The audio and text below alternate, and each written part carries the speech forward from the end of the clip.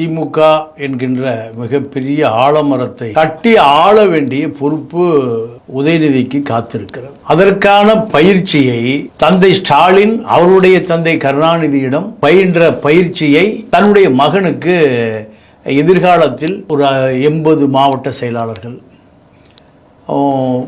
இந்நாள் முன்னாள் மந்திரிகள் ஒரு 35 பேர், இப்படி ஒரு மிகப்பெரிய ஒரு கார்ப்பரேட்டை, அது கட்சி அல்ல, இந்த கார்ப்பரேட் நிறுவனத்தை கட்டி ஆள வேண்டி இருக்கு. டாடா நிறுவனம், அம்பானி நிறுவனம், அதானி நிறுவனத்தை போல இது ஒரு திமுக பிரைவேட் லிமிடெட். இந்த பிரைவேட் லிமிடெட் கம்பெனியை நீங்கள் கட்டி ஆள்வதற்கு மிக சாதாரணமான பயிற்சி தேவையில்லை, மிக கடினமான பயிற்சி தேவை. அதற்கான தயாரிப்பு தான் அவருக்கு அவங்க தந்தை கருணாநிதியிடம் எடுத்த பயிற்சியை